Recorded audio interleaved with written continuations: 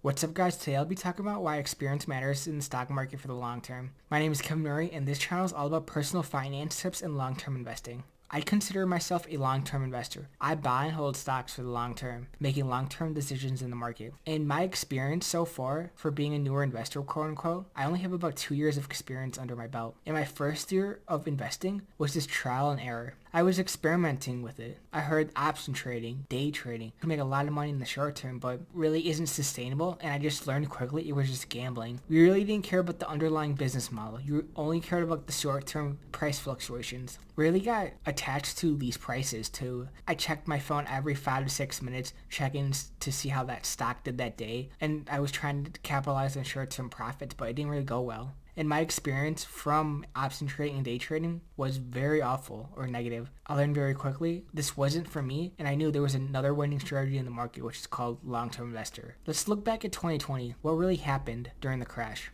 The S&P 500, Dow Jones, and Nasdaq dropped over 30% in about a month and a half in that time period. No one knew what was going to happen to the market in the short term and even long term. And what was everyone doing their time? They were selling, panicking, and fearing for their lives. They weren't thinking rationally. I learned, studying the market, that the best times to buy is during crashes when the market is quote unquote discounted, over 20+% discounted. I was looking back at the history of the stock market from 1999 to 2001 and what happened during that time period. It was called the big tech bubble. A lot of companies were at ridiculous valuations in the stock market, and they didn't even have profits. They were essentially just selling a name to the public, and everyone was just buying it. And then what happened during that time period is things dropped significantly. That was one of the first crashes I studied. The second crash I looked at and studied was the financial crisis from 2007, 8, and 9. And what happened during that time period? The banking systems didn't have enough regulations at that time. The banks lost a lot of money from their customers.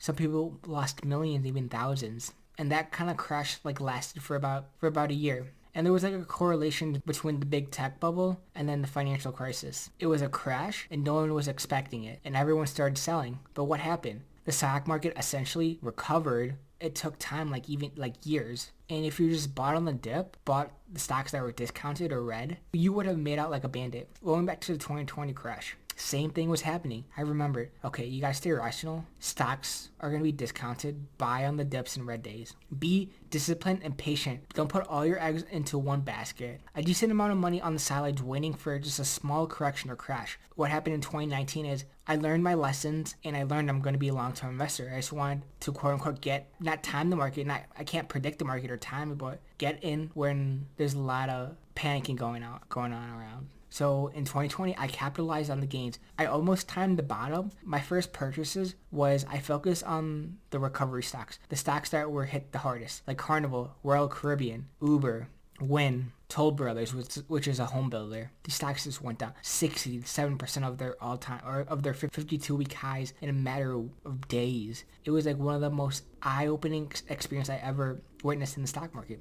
And I capitalized them. When I started buying stocks, different stocks for my portfolio, there was so much discounted stocks I couldn't essentially do my research and buy everything at the same time. And over the course of last year, I became very knowledgeable, or you could say have a backlog of different companies, knowing their initial business model, what products and services they sell, how their management team runs the company, and their revenue growth and their valuations too.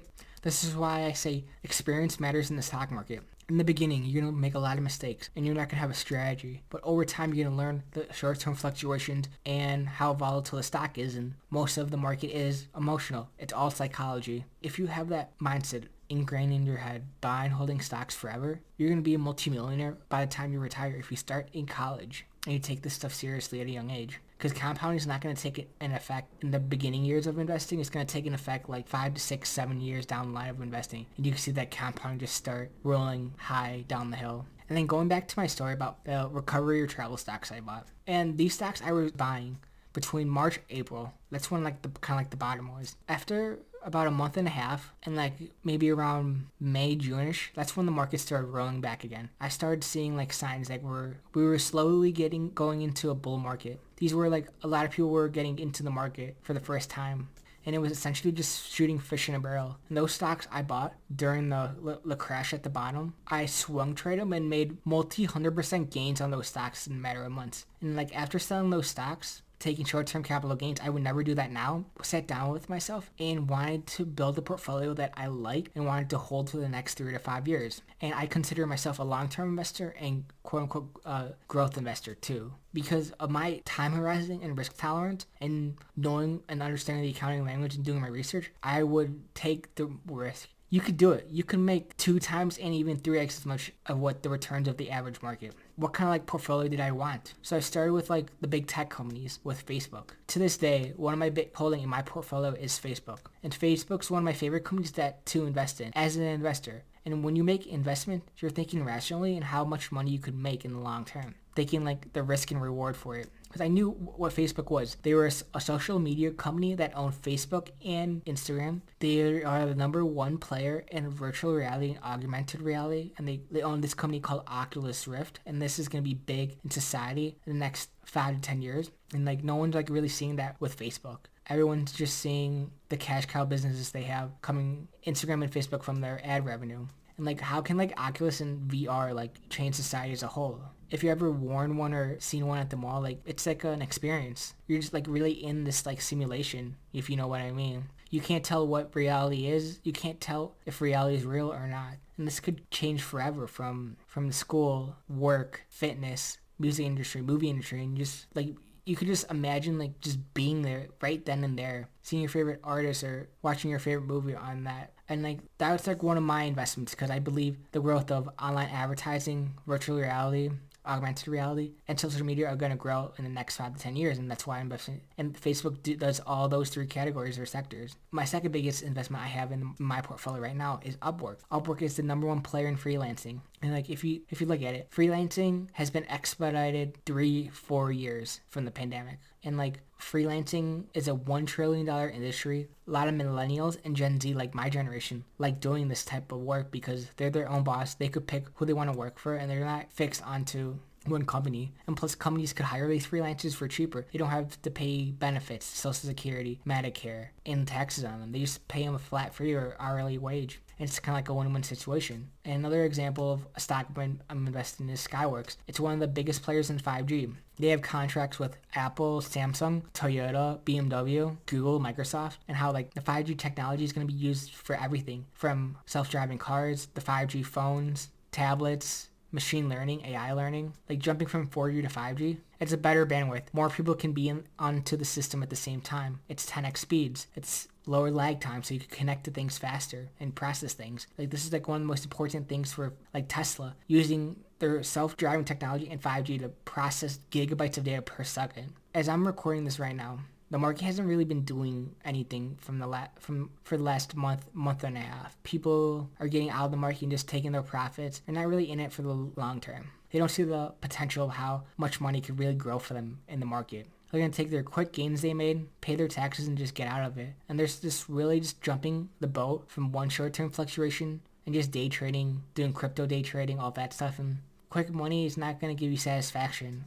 There's a lot of a risk involved, and like it's not very sustainable. If short-term trading was sustainable, I would be doing how much work I do in researching new stocks and becoming a more experienced investor in the market. And newer investors that got into the market in 2020 just think the market just goes up, up, and up. But that's never the case. We have time periods throughout history, if you look at it in a macro scale. Some years, we have decades that we don't go up, we stay stagnant. The overall market index, not individual stocks. In some time periods, the market goes up in like a bull market. The bull market has been happening since like 2008-9, a straight up shot up. Sometimes like in the mid 90s, like the market sometimes just went down for a period of time and no one made money. So just like many macro and micro factors that go into investing. And it's all about starting young and just experiencing the volatility, the fluctuations, and just becoming an overall great investor. If you don't have experience backing you, like what's your track record? I'm still new at this. I'm building my mindset, fundamentals, and discipline, and how to analyze these financial statements like the 10K, 10-2 listen conference calls.